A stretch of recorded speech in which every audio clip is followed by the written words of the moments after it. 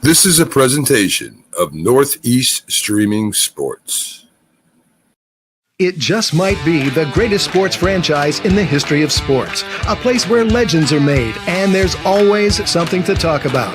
Get ready to immerse yourself in pinstripes. Start spreading the news, hosted by Paul Semendinger and E.J. Fagan, a couple of doctors with a prescription for Yankee fever. And now, here's Dr. Paul Semendinger and Dr. E.J. Fagan. Get ready to start spreading the news.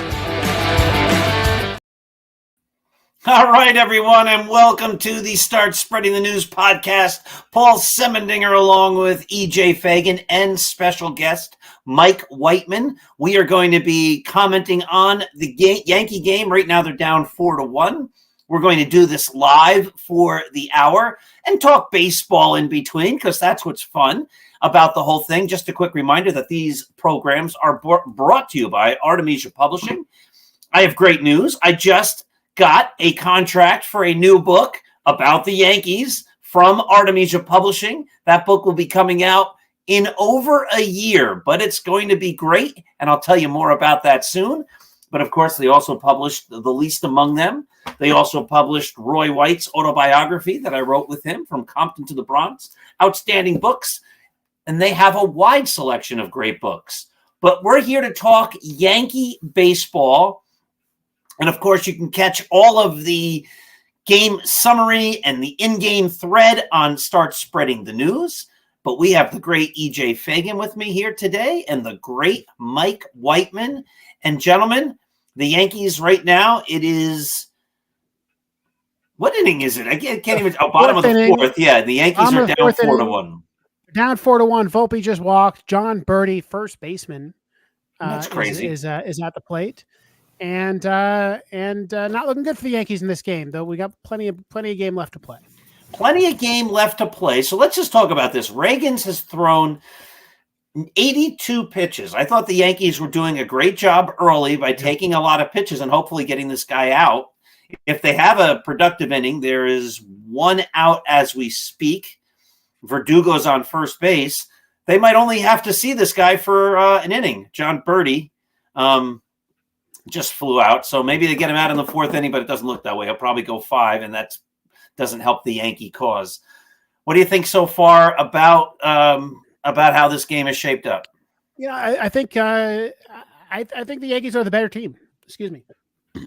I think that the Yankees have really worked Cole Ragans, and they just haven't gotten the big hit when they've had a bunch of runners on, and the Royals strung together some hits in the top of the inning. The only real hard hit the Royals had off of Rodon was that home run by Sal Perez. The Yankees have had a bunch of walks and not a lot of hard hits either, and it just feels like there's just a moment that's going to come, like a Judge or Soto home run is going to come, just hasn't come yet. All right, so Mike Whiteman, are you concerned at all about the fact that Aaron Judge continues to struggle? I mean, certainly we want to see Judge do well. It is a short season. I mean, a short series. This is not the time for your best player to go into a slump. I believe that Judge will find his stride, and I think Judge will start hitting the ball. Judge doesn't seem to me like the kind of player who, struggles under the lights. Right. I mean, this is not a situation where you could argue that Alex Rodriguez was predictably bad for a lot of postseasons. But he wasn't. He was for a couple, but before that, he was actually pretty good for a few. Yeah, and we can talk about him batting 8th that one time. Yes.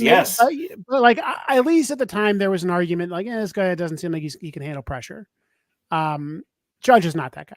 Right. I mean, Aaron Judge is got ice water in his veins. This is 2 games. He will be fine. And once he does start hitting home runs, he's going to hit them in bunches. Well, that's the hope. I agree. I think his batting average right now, lifetime in the postseason, is 206, and he's played in 40 some odd games, and he struck out 60 some odd times in those 40 games. So it's not a tiny sample size; it's a pretty good sample size. No, that he struggled as a postseason hitter. Aaron Judge is also a different hitter than when he had most of those plate appearances, which was the first 3 years of his career. He hasn't played a lot of postseason ball over the last 3 years since he's had this just transformation into one of the greatest hitters of all time. In the 2022 postseason, he didn't hit very well, but neither did any of the Yankees, right? I mean, he wasn't really special there. He did hit 2 home runs against Cleveland. So I'm not worried about it. He'll be fine. It's Aaron Judge. I'm not worried about Juan Soto. He'll be fine. He's gotten on base this series, but he hasn't really hit the ball hard. I think the Yankees are there's 2 games, right? This is what happens. Yeah, anything can happen in a short series. So the question, is I like your answer, EJ, because you're really talking about 2 different types of Aaron Judge. You're talking about the Aaron Judge early in his career, and then you're talking about the guy who he's been the last 3 years, and you really Aaron Judge with a big a swing. Like I could imagine the Aaron Judge with the big strikeout swing from the early part of his career, not doing great in the postseason. But Aaron Judge is like a perfect hitter. He just had one of the best hitting seasons of all time, if not the best. So have some patience. He'll be okay. If the Yankees keep putting 2 guys on in front of him, eventually the other team is going to have to pay. You just hope that law of large numbers kicks in when you have enough of a sample. And one of the problems with the ALDS is it's 5 games, so anything can happen. But I have not felt like the Kansas City Royals are like a powerhouse team watching this game and a half. No, I haven't either. Mike, are you concerned that every time the Yankees score, they give up a run or 2, or in this case, 4? Not overly. Thankfully, in game 1, they eventually ended up getting the last runs, and so that was good. But not overly so. I hope this game. Boone has gone to the bullpen. He went to Ian Hamilton, and so hopefully the bullpen will do its job and keep the Royals down and give the Yankees time to come back. Right. Yeah, right so now much of that was defense, right? I mean, that first game was just sloppy. It wasn't great to watch, frankly. And a lot of that was that the Yankee defense hasn't been great. And a guy like Tim Hill's on the mound, you gotta play the ball. Now, Volpe was one of the ones who screwed up, though. I really think that Torres deserves some credit, some blame for missing a catch. But like that is Volpe is a good fielder, and so that was a bit of a fluke. So I think he'll be all right. I'm not concerned yet, and I thought the bullpen looked pretty good last game. So hopefully they still have enough arms out there. Yeah, is that fair? There was a foul ball. He just fouled down the left field line, a blooper, and that would have been a double because it bounced into the seats. So we're in the top of the 5th. The Royals are winning 4-1. Bobby Witt Jr., who's having a horrific series so far with the bat, not unlike Aaron Judge.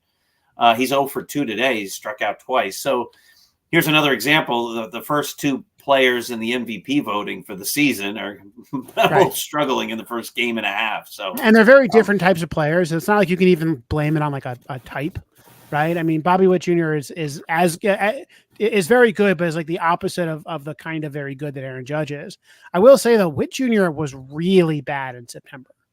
In September, he had really bad. He had an 816 OPS, so he was bad for an MVP candidate. But Judge ended strong, so I'm not worried. 100%. So Luke Weaver in game 1 was just lights out. And I wrote the other day, I guess it aired today. I think it aired today. Mike had an article today. I had an article today, and we had an article from Sal Marinara. But I mentioned that in 1995, the Yankees had a young right-handed pitcher come out of the bullpen who looked lights out in the playoffs. That guy's turned out to be Mariano Rivera. Now, I'm not saying Luke Weaver's going to be Mariano, but boy, did he look good in that first game. I mean, I hate to do next year discussion, but I think he's our closer next year. I wrote that. Yes. At this point, I actually, is he a straight up free agent? Because he actually could cost a little bit of money just because he looks so good. I think he has a option. I think is it a team option for this year? Yeah, but that doesn't mean the Yankees have him for next year. Well, they signed him as a free agent. Hold on. my browser might end up dying here. So we're frozen here. So hopefully I don't get kicked out. All right. Well, hopefully you don't. I was going to go to the roster resource page and figure out if he's a free agent. Either way, I am completely confident in him as a playoff closer. His stuff looks so good. He seems kind of calm, cool, and collected, and I mean, just reminds me of him during those first few months of the season, which was excellent. He had a rough patch kind of in June and July, and he figured it out in 98 plays, and that's just what he's thrown out there. All right, I'm looking it up here to try to get his contract. I'm on Cott's contracts. I have to scroll way down. They do it by money. I'm on the roster resource payroll page, which is usually the easiest way to see this. And let's see here. He is. Oh, they have an option on him, I guess. That's what Mike said. Yeah. Okay. Yeah. Okay. So we're good. We got him next year. $2.5 million. It's interesting. Like, and I hate to do next year discussions because the Yankees are still very much alive in the postseason. There's a lot of money coming off this payroll. They only have, let's see, including arbitration, they have what $190 million committed for next year, which just means that there's a lot of money to sign Juan Soto, right, and whoever else they need to sign. If I were the Yankees, and it's too early to get into I agree, the next year contract thing, but I think Corbin Burnes is a free agent, and I think the Yankees could use another great starting pitcher. So that would easily be my top two guys. Yeah, well, speaking of that, we heard today that Clark Schmidt starting Game 3. You got any thoughts on that? Well, let's start with Michael. What do you think, Michael? Clark Schmidt. Yeah, I'm fine with that. I'm fine. I think I'd have been fine with either. But I am fine with Schmidt, and he'll hopefully and maybe they can leverage him if needed for a couple 2 or 3 innings of relief perhaps. I think it's a sneaky way of also getting Hill some rest, right? Mm-hmm. I mean, Hill I think has trailed off. So he had this weird dip to the season in early August, right? He had 2 or 3 starts where it wasn't good. They put him on the IL. He came back. He was pretty good for a couple of starts. And then the last 2 or 3 starts, his velocity dipped. His control kind of went out. He's tired, right? He's over that innings number. And by skipping him in the ALDS, I think that you might get a refreshed start out of him, even though probably only 1 start in the championship series. It may be 2 starts depending on how the rotation lines up. I actually don't know about that. But I think that's a good thing. I think Heel is talented and just pitching a lot for the first time, and so it's understandable that he's a little not performing too well. I think that this is a good sign for him next year too, right? I mean, if you baby him a little bit, then hopefully he comes back healthy and you have a top end starter on your team for a while. Well, right. He's definitely the guy for the future, no doubt. So the Yankees just got out of the inning. Ian Hamilton pitched a 1-2-3 inning. It looks like he struck out really Salvatore Perez. So really that's a big plus for the Yankees there. Now they're going to have, I believe, Soto, Judge, and Austin Wells here in the bottom of the 5th. And so the Yankees, it's time for them to get some runs on the board, right? You don't want to be waiting till the next time around. It's going to be like the 8th or 9th inning. That's and to knock out Cole Reagans, right? Yes. I think this is his last inning. Well, they did. Certainly. Oh wait, they pulled him already? Yeah, the Royals have. Talking, so I'm having trouble they've gone here. to the pen. They've gone to the pen. Zerpa. So the Royals pen is vulnerable. We saw that last game. Strider came out and walked 3 guys. Walked in 2 runs. We saw basically the entire pen, except for Bubik, I think. And so, I can't pronounce his name, but Ekreg, he threw a lot of pitches, so a lot of Yankees saw a lot of him. There's a day off, so he's probably fine in terms of fatigue. But I like seeing a lot of relievers this early. One of the annoying things, the off day yesterday was annoying. I was just gonna bring that up. How do I feel about 2 off days in a 5-game series? I hate it. There's no momentum. There's 3 off days, by the way, in a 5-game series. Because there's a second travel day, so yeah. Oh, right. They're off Friday, correct? And there's no game tomorrow. I No, they're playing felt, tomorrow. I had so Right. no, They're off no, tomorrow. they're Right. traveling You're right. tomorrow. Wednesday, And Thursday. Correct. I had so much fun watching that first game. I was into it. It's playoff baseball. Let's go. And then there's no game. And then we have a game today, and then there's no game. I hate it. And it really does allow you to use your entire bullpen. Doesn't punish you for, letting your closer throw 30 pitches, which is what happened to the Royals. The Yankees didn't really overuse anybody, which is nice. But it wasn't an asset. They don't get anything from that.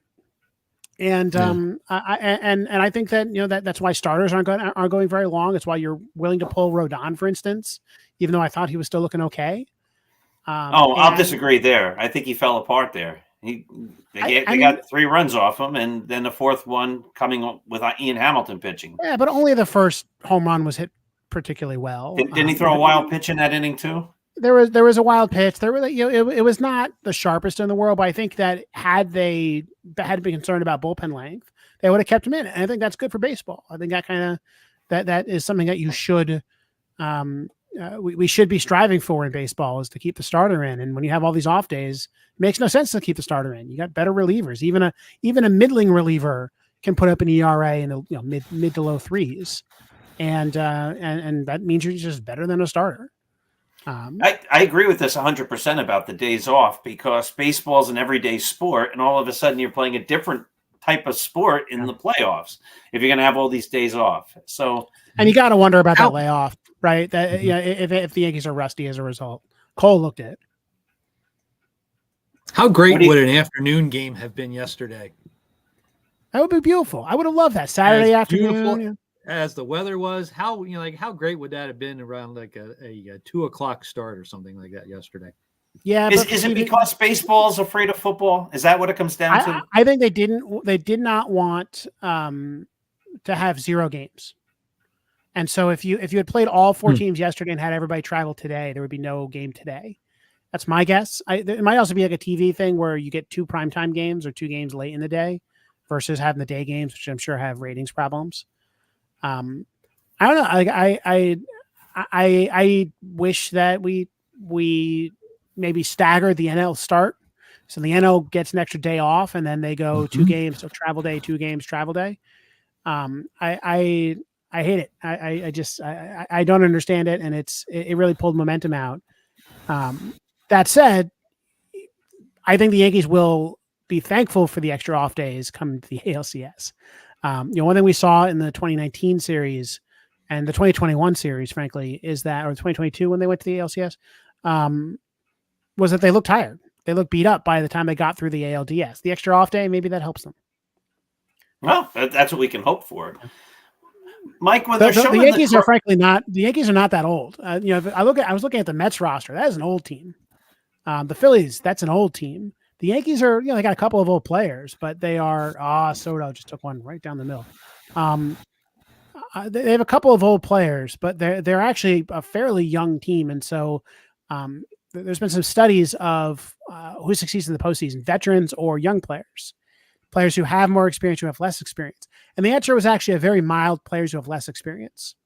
And I think it's the fatigue factor, right? Fatigue versus experience. There's a trade-off there. But fatigue kind of wins out just a little bit when you run the numbers. Mike, when we're looking at the crowd, they keep showing George Brett. When you see George Brett, what are your top 3 or 4 memories of George Brett? I remember how he broke my heart in 1980 when he hit the home run off of Goose Gossage in the American League Championship Series. Sent the Yankees home. That was that. Yep. Sent the Yankees home. I remember that. And you can't think of George Brett and the Yankees without thinking about the Pine Tar game. Also a home run off Goose Gossage. Also a home run. So you can't. And then probably the third thing, and this isn't necessarily Yankees related, but how he darn near hit 400 back in 1980. Yeah, 390 for the season. How about the time he and Greg Nettles had fisticuffs at third base? I saw a highlight for that recently. So yeah, that's right. And the Yankees and the Royals back in the 70s, they just did not like each other. They did not like each other. My favorite part of that Pine Tar game is the resumption where Billy Martin goes out, tries to tell the umpires that they didn't touch every base, and the umpire pulls out a signed affidavit from the umpires that were actually there that day saying that they did. Fantastic. Yeah. Only time a signed legal document has made its way onto the court of a major professional sporting event, and I'm here for it. That's awesome. And they had Ron was Guidry that playing whole center thing field. was ridiculous. Yep. Yeah, Ron Guidry in center, Don Mattingly at second. Very frustrating because he broke the rule. The umpire call was correct, but now was that seemed a like- game played under protest? Is that what happened there? Because I guess so. Yeah, went to we the no longer American have League. those. And went to the American League president. Oh, Aaron Judge walked. I can't remember the last time I saw a game that I remember back when you would occasionally get games played under protest. That anything ever came of it. I wonder if that was the last time. Let me this got to be like a Wikipedia article or something, right? MLB games played under protest. I can't ever think of a game besides that one that played under protest that was. They've eliminated the rules, so you can't even protest anymore. They don't like write the P in the air like they used to. All right, we have a list here in. All right, so we do have resumed games where the protesting team, where they resumed it. The last one,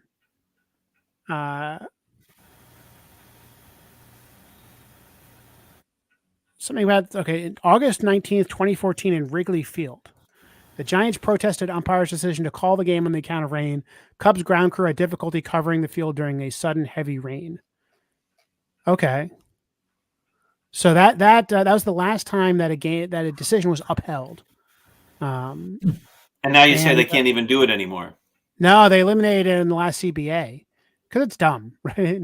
Well, except for the Pine Tar game, I never remember a protest ever being upheld. I remember the Yankees one year, as I recall, they sent all sorts of video evidence to, and the other Yankee problem is they hit into a lot of double plays, and Austin Wells just did that. But they sent a lot of video footage of umpires making bad calls and everything to the league office. Do you remember that, Mike? I think Steinbrenner did that during one of the reigns of Billy Martin. And that sounds like a Steinbrenner thing. Mm-hmm. Yeah, it went nowhere. That was the last game where there was a lead switch as the result of a game being played under protest. The Pine Tar game. Yeah, there were two other games where they resumed the game at the point of protest, and the team that was winning still won. And the last time, the Pine Tar game was the last time that the protest mattered. There were a few in the 70s where the protest mattered, but wow, that's pretty cool. Amazing stuff. So we're now getting to the sixth inning. The Yankees had a 1-out walk to Aaron Judge, and then Austin Wells hit into a double play. The Yankees have not, for years, hit well with runners on base. And that so far is even in this series. I think they were 2 for 13 in game one. They're not hitting in this game with runners in scoring position and with runners on base. And they hit into a ton of double plays. Yeah, well, I think there's two things going on there. One is they've had really shallow lineups. And so especially recently, you have guys like Aaron Judge getting on base and then no one behind them.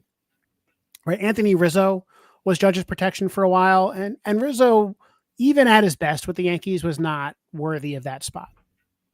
Right? Even the best version of Anthony Rizzo should have been a 5, 6, 7 hitter, not the 4 hitter behind Judge or the 3 hitter behind Judge.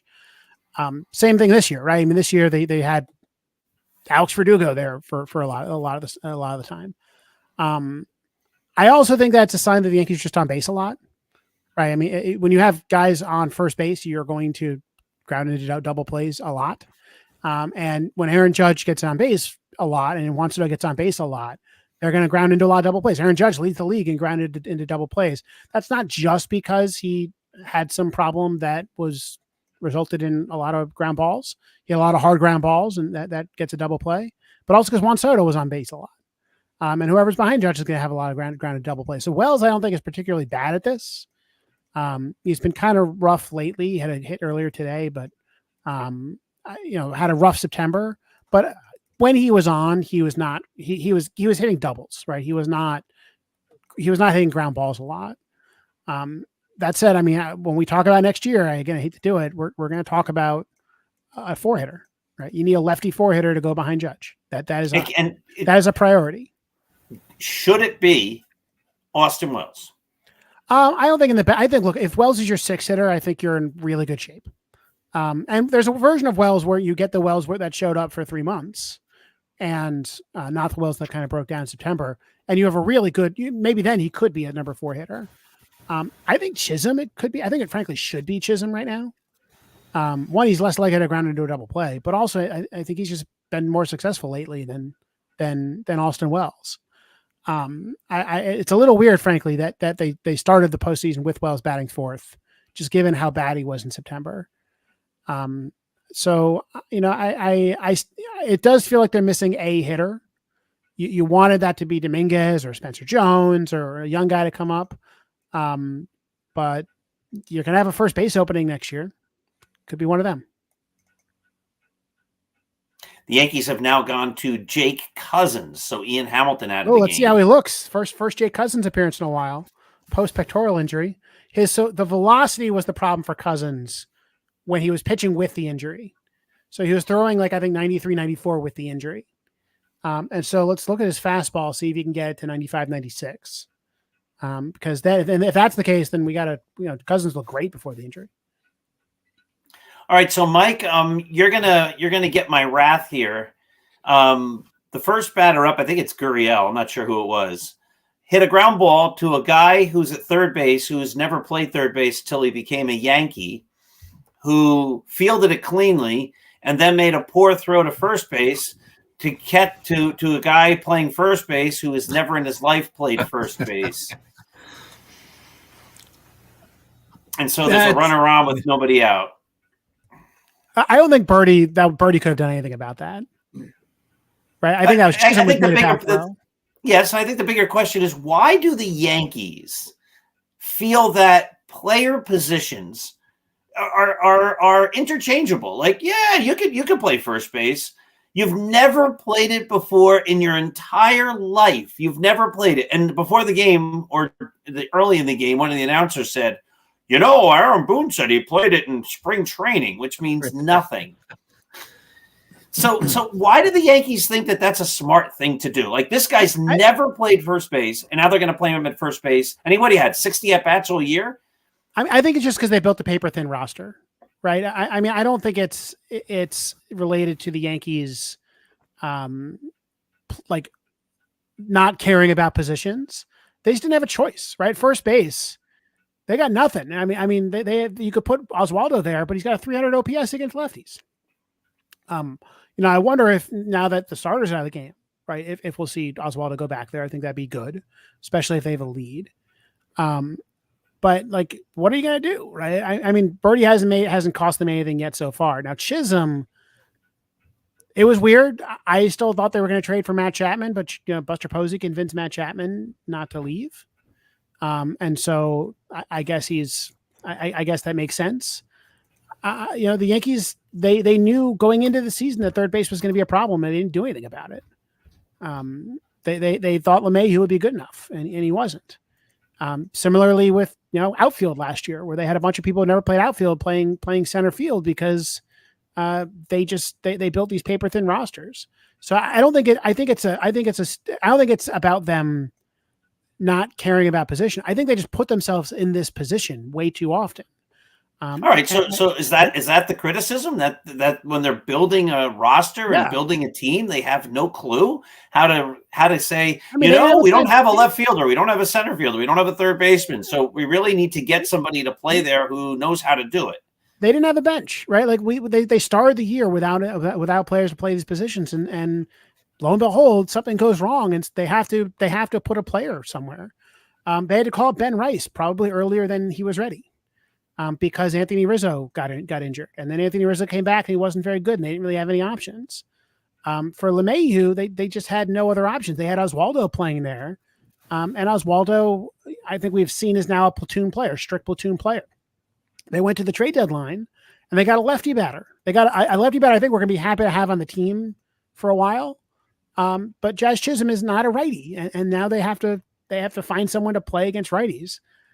They have Alex Verdugo playing against lefties because they have no other options, right? This is the problem of a paper thin roster. I think the problem is that they don't have any solid league minimum players coming up. Players who are cheap, right? They run out of money, and so they have to rely on a whatever veteran they can get for free, and that's just not a good situation to put yourself into. All right. So speaking of money, now Monty, of course, we are using the Philly Sports Guys StreamYard. He's so kind to let us do our programs through his through our program through his StreamYard program. I'm saying the same word twice. So the Phillies are struggling with the Mets, battling back and forth. It's actually a pretty good series. But I made this point in an article. If I'm the Yankees at this point, you look at the game. The batter is at the plate. He's got a Strauss ad on his helmet. He's got a New Era logo on his hat. He's got a Star Insurance logo on his sleeve. He's got a Nike logo on the front of his shirt. He's got his baseball glove logo on his baseball glove. I mean, there's logos everywhere. So if I'm the Yankees at this point, tell me where I'm wrong here. I name it Home Depot Yankee Stadium. I then sell the rights to first base, Bank of America first base, Hyundai second base, Toyota third base. Home plate can be by Coca-Cola. I sell the rights to the pitcher's mound. I sell the rights to the pitcher's rubber. And I just make as much money as I can, and then re-signing Juan Soto and getting Corbin Burns and anybody else I want is moot because I'm getting all this money everywhere. The idea of not having ads is silly because there's ads everywhere. So why not just dive in 100%? I like holding it back a little bit. I don't want this to be like a European sports franchise where you have ads over every inch of your jersey, where the company sponsoring your jersey is more prominent than the team logo. I like the fact that it's just Yankee Stadium. I wouldn't be shocked if one of these days if they call it, Yankee Stadium at Home Depot Field or something. No, I like that the Yankees have resisted this just a little bit, and hopefully they keep doing it. So, Mike, what do you think? Oh, I think you're right. I think it is inevitable. I think at some point there's going to be a sponsor attached to Yankee Stadium. Yes, someone is going to make the offer, and it's going to be a lot of money, and the Yankees just aren't going to be able to refuse it. And that's like EJ said, I like Yankee Stadium. It's been called Yankee Stadium since 1923. And so I would like to see it just stay as Yankee Stadium. But my suspicion is, that is a limited time. I think it is. So, EJ, you have a choice. It's either Home Depot, Yankee Stadium, and they end up with a bench that's as thin as we see, and you have guys like John Birdie playing first base and Isaiah Kiner-Falefa playing center field, or you call it Home Depot Yankee Stadium, and money's never an object again, and you can get every ball player, and you can have. I hate the false choice because I think it's I don't think you have to choose between those two things. This is not that. These are not expensive players. Excuse me. But sure, if it means re-signing Juan Soto, I'll call it the Juan Soto Field. Right? I'm okay. Call it Juan Soto Stadium. Yeah. I mean, you're looking at the game right now. We got Yankees.com, FanDuel, Booking.com, Bank of America, Gatorade. Oh, there's ads everywhere. I mean, Yankee Stadium is littered with ads. There's not a spot in the outfield. Just look at the picture below us. Every part of the outfield has an ad on it. But I'm wearing a jersey. I'm wearing a jersey. I am not excited to wear the Delta Airlines jersey, right? And if you go watch some European soccer jerseys, there are people just wearing United Arab Emirates airline jersey. And I hate that. Like I don't care about those companies. I care about the Yankees. I agree. I'm not buying an Etihad Airlines onesie for my kid. No, I'm not buying a Yankees onesie for my kid. That's one of those things that I hope Major League Baseball resists. Even the patch on the shoulder, I don't like because I feel like there's inevitability to it getting bigger and all that. But so far they've been okay, and it's just the norm in American sports, right? You don't see it in any of the leagues, and there's plenty of space on an NHL jersey or on a football jersey for helmets or whatever for a lot more ads. But they just sold out half the helmet to Strauss, whatever that is. Yeah, I don't know. But like I don't. I'm okay. Like I like the status quo. Let's resist it as long as possible. And at least I'll have my vintage, unadvertised Yankees jersey. So I should go get a Yankees jersey before they're all covered with it. Exactly. Yeah. At this point, if I'm the Yankees, I sell every square inch of every jersey, and money's not an object. The Yankees are worth $7-something billion, but the argument that they don't have players is because, well, we have a budget. Well, then you know what? I don't have a budget. I don't think it's a budgetary issue. Like other teams manage to solve this problem without spending a ton of money. I really just think that Brian Cashman, it's just like his blind spot. Like he just never fills out. He never finishes the roster. He's always waiting for a trade that doesn't come late in the offseason or at the trade deadline. That said, I mean, this is not an uncommon problem in baseball today. Hitting talent is actually really thin right now. So, for example, the Royals have MJ Melendez as their left fielder. Awful left fielder. He's a catcher. Not a good catcher either. Also, not a good hitter. They have Maikel Franco as their third baseman, who's awful. There's you look at their bench, it's a bunch of guys who just don't do much, right? Paul DeJong, Adam Frazier, Garrett Hampson, Hunter Renfroe. It's a lot of really bad players. It's hard to build a deep roster these days just because it's just hard to be a hitter. I wish the Yankees could do a little bit more, especially when they know, I think they need to invest in positions where they know they're thin. So, if you know that Anthony Rizzo is 34 years old, you get a backup first baseman and preferably a righty, someone you can platoon with them. If you know that Alex Verdugo can't hit lefties, you get a backup right-handed hitting outfielder. John Birdie is who they trade for before the season started, and I just feel like he's gotten very unlucky this season. A terrible calf injury, whatever it was in spring training. And so he was a little bit of that, but he was he's a backup middle infielder, right? He's fast. He can bunt. He can hit singles, but he's not a hitter. I just feel like you need one of those guys on the bench. I would say someone like Hunter Renfroe, who's in the game today, but Renfroe was really bad this year, so maybe not. But just someone like that would have made so much difference on this team this year.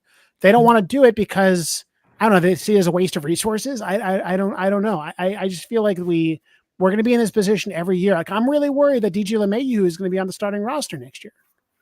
Because I think I think in September they basically told him to buzz off. And so I think we're clear going into spring training. But if no one's available, if whatever Alex Bregman is too costly, maybe we do. And that sucks. That's not something that we want to see. Yeah, I think Tommy Pham. Tommy Pham had a hit, drove in a run, and he was available for the taking. He would have looked pretty good out in the Yankee outfielder today. Was he really bad though? Let's see. Well, didn't he? Yeah, he had a 587 OPS for the Royals. So he got a hit, but he's kind of bad. He got cut from the White Sox. What do we know about Giancarlo Stanton? He just flew out, by the way. He's far from their worst problem right now. I mean, he was an above average hitter this year. I think he's definitely on the roster to start the season next year. I've said before, I wish Stanton was bad enough that you could release him or you could justify releasing him, but he hasn't been. And frankly, I'm not sure we can find a DH with a 117 OPS plus next year. Right. I don't know who that player would be. I'm a little pessimistic that Stanton can do this again, but it worked out this year for the most part. I wish they would play him a little less. They started playing him a little less in the second half of this year. I wish you could use that DH spot for others. I mean, Judge got a lot of at-bats, this year at DH, so that helped. But I think Stan's here for at least another year. And maybe it'll be good. It'd be nice if he was gone. I like Stanton. I always love when he hits a home run. Ethan and I, we play the Kit Kat game. When he hits a home run, I owe you a Kit Kat. You owe me a Kit Kat. But I mean, when you have a baseball player who can't run, he cannot run. He basically walks everywhere. At some point, you got to say, if you can't run at all, you can't play, pal. No, you can't be on the team if you can't run. And he doesn't run. He's the slowest. Mike and I were talking in the comments the other day. We play Stratomatic. I think the worst run rating anybody's ever had in that game is 1-8. He's got to be like a 1-3. No? Yeah, I mean, I would agree with that. He's underperformed his expected weighted on base every year, I think, for the past 6 years. So there's consequences to him being a slow runner. Usually it's not as bad as in game 1 where he fails to score 2 runs as a result. I think this would be easier if he was hitting 40 home runs. We could be like, who cares? He's hitting home runs. Right, but he's not. He had like 27, right? Yeah, that's not 40. And so, no. And so like, if I could find anybody to take him, I would trade him. I don't think that's happening. And he's good enough to justify playing, even if he's got a huge weakness in because he runs like, a 40-year-old catcher. There are players that slow in the majors, and I think that's just the reality with Stan. I also think he's a little fast. Like, he's slow, but he's very slow. But he's a little faster than he looks. I think he just has his gait looks a little slower than it is. Yeah. And he's a little faster than he was last year. All right, here's the trivia question of the day. EJ, when you were having babies and all that kind of good stuff, Mike came on a couple times, and I'd find these websites. I'm going to ask you the question I asked Mike. I forget exactly what the question was, how it was worded, but I think I have the gist of it. Mike, if I say it wrong. So anyway, I was finding these websites that had trivia, and so I'd ask the question, and here was the question, EJ. If you get this right, you win something. I couldn't even tell you what it is, but it's got to be something substantial. What is the Major League Baseball team in Colorado? The Rockies? No, the answer on this website was Don Baylor. It's the Don Baylor. That would make no sense. Obviously, whoever made the website. AI generated, yeah. Okay. Yeah. So anyway, here's the trivia question of tonight. How many times in Giancarlo Stanton's career has he hit 40 or more home runs in a season? Don't look it up. 1. That's what I was Mike? thinking. All right. 1. And how many home runs? He hit 38 with the Yankees once. He hit 57 in the MVP season. 59, yep. But he got hurt a couple times. He was on pace for really good seasons with the Marlins. I think he got hit in the face one time, and I think got injured another time. So yeah, I mean his looking at his page now, he had 27 home runs in 74 games in 2015. But yeah, Stan, for the first half of his career, he couldn't stay healthy. Some of it was just luck. He got hit in the face with a pitch and all that. And second half of his career, he's actually been pretty healthy with the Yankees since 2021, pretty much. But hasn't been as good when he's been on the field because he's old. And I think that's why he's not going to make the Hall of Fame, or he's not going to deserve it. And I think it's one of those like tragic careers. You're going to look back at this kind of otherworldly athlete who had a really special talent and was not able to, really kind of, fulfill his potential. Can't disagree with any of that. So let's ask the next question. As Anthony Volpe is batting right now and Aaron Boone is blowing bubbles, does that drive either of you as crazy as it does me? Like, here's your manager and he's blowing bubbles. I mean, at some point you just like... I'm fine with it. The chewing tobacco is what kills me. DJ LeMahieu was always the worst with a huge wad of chewing tobacco. Disgusting. Yeah, they're either or else like spitting...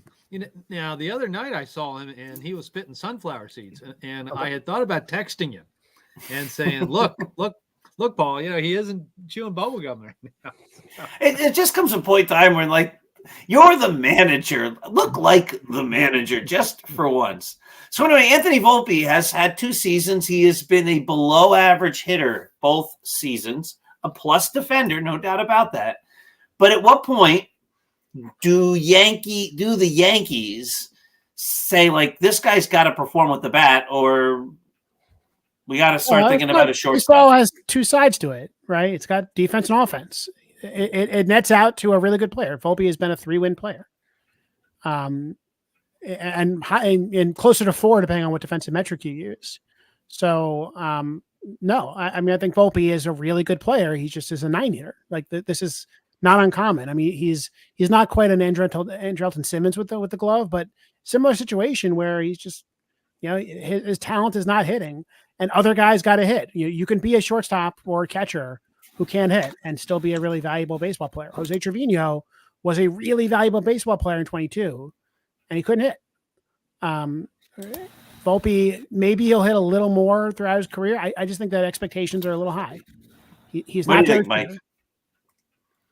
I agree. I was actually, when I was thinking about a comparison, it was Simmons, the fellow who I had thought of first.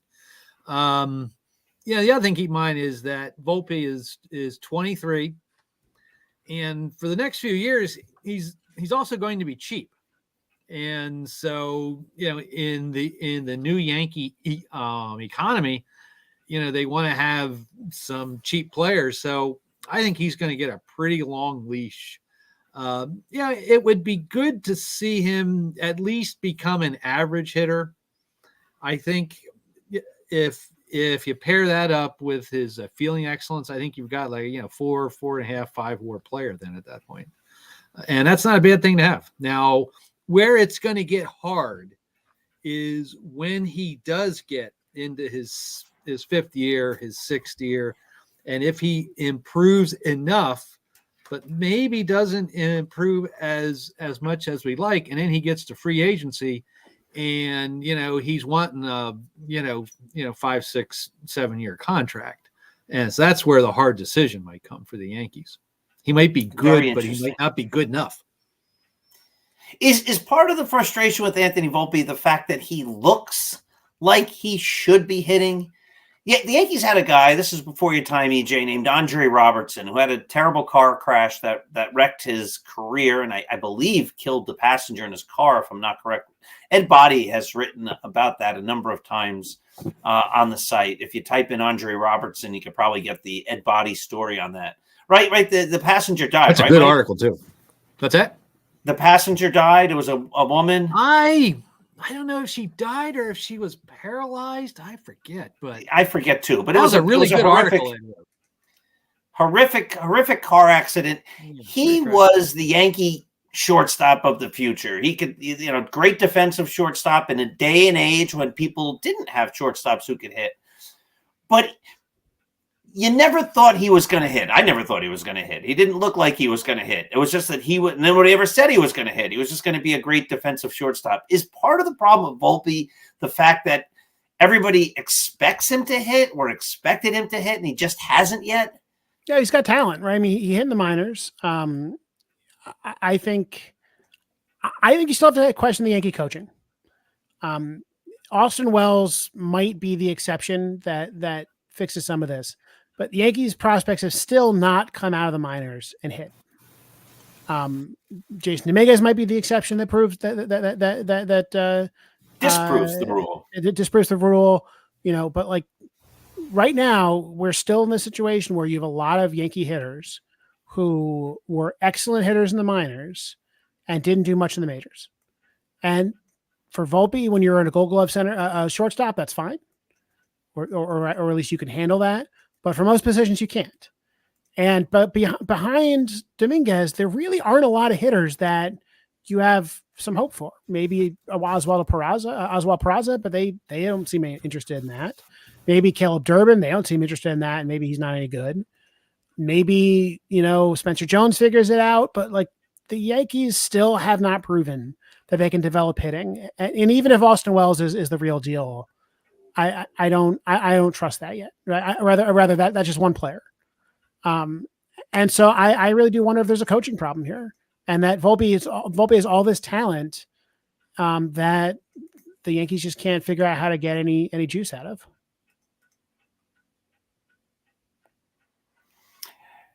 Is Aaron Judge the exception because he's great, or is Aaron Judge the exception because he uses his own batting coach? Well, for Aaron Judge was a long time ago, right? Gary Sanchez was a good hitter too. Gleyber Torres was a good hitter. They all had some flaws. Judge fixed those flaws. Judge is also one of the greatest ever.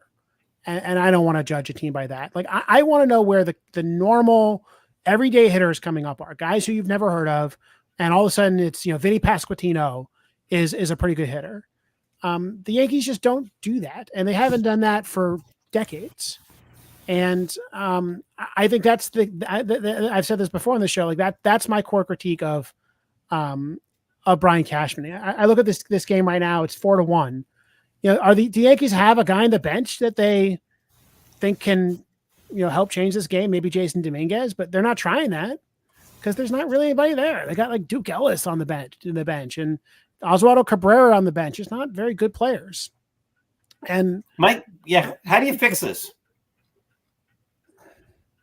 Good guy. Well, easier said than done. I think, one way to fix it is, I guess, go bigger at the free agent level, and then you don't necessarily have to worry so much about your player development. But that's more of a short-term fix. And the player development lets you go bigger, right? Because every cheap player means you essentially get a half-price free agent. Mm-hmm. That's interesting. Yeah. Go on. There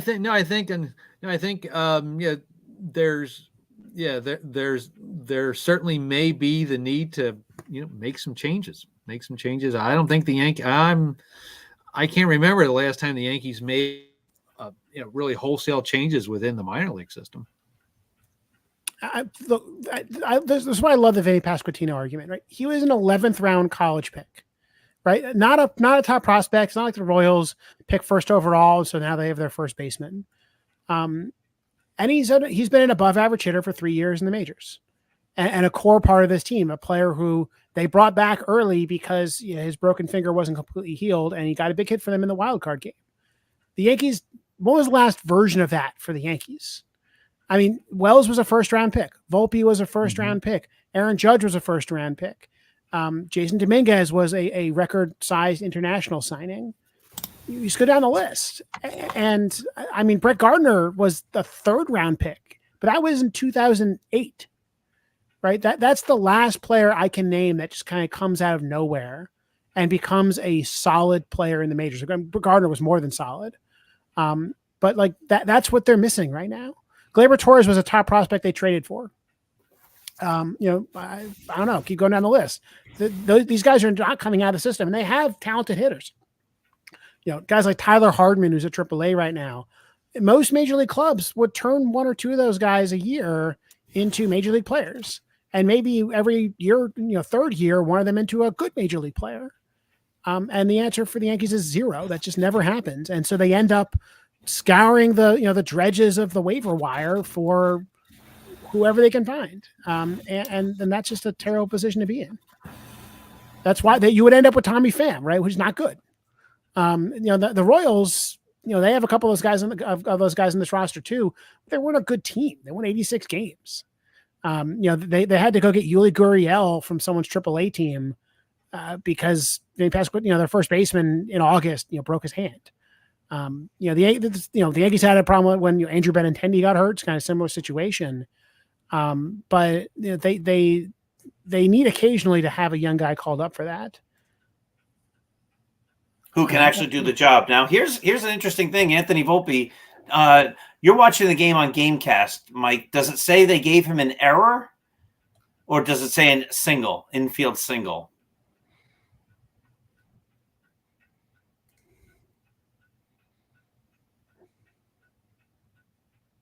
Oh, your voice, your microphone's down. Sorry, Matt. Single. Looks like they gave him a single. They gave him a single. It's a ground ball up the middle. Volpe slid, had it in his glove, got up to throw it to first, and the ball fell out of his glove. And that's how the guy reached. So that's 2 games and 2 not so great defensive plays. Do you think the moment's too big for Anthony Volpe?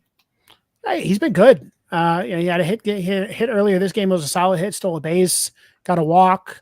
Doing better than a lot of other players in this game right now. So I think Volpe's fine. Even the error he had yesterday, I really think that it wasn't a good throw. He should have made that throw, but I think Torres should not have let that ball get by him. So no, I don't think there's any reason to believe that there's a problem there. I think the problem is that Volpe can't hit, right? And so he's not going to hit all that well in big spots because he doesn't hit all that well in any spots. And we shouldn't be relying on him. He should be the 9 hitter. Then they had him batting 7th in game 1. I forget where he is today because they had 2 guys worse than him basically. And that's not a good position to be in. I think that Volpe batted leadoff for a good portion of this season. That's a terrible position to be in. He was batting a little better early in the season, so it was a little more defensible for a little bit, but he just wasn't good enough to be there. The Yankees, they had Ben Rice batting leadoff. They had Alex Verdugo batting cleanup. I mean, they really struggled to put a lineup together this season. And one of the reasons why I'm confident in the Yankees in the postseason is they finally kind of figured it out. At least, Wells and Torres kind of rounded out their top 4. Chisholm and Stanton, 5-6 is pretty good. And so they ended up with a really strong offense, but still only against righties. And, I don't know if Austin Wells should be there at 4th right now, especially after the September he had. So it's a rough roster right now. I would have played Dominguez over Verdugo, even though Verdugo had a good game 1. Oh, interesting. I would have played Dominguez over Stanton. That was the switch I wanted to make. I liked this last week.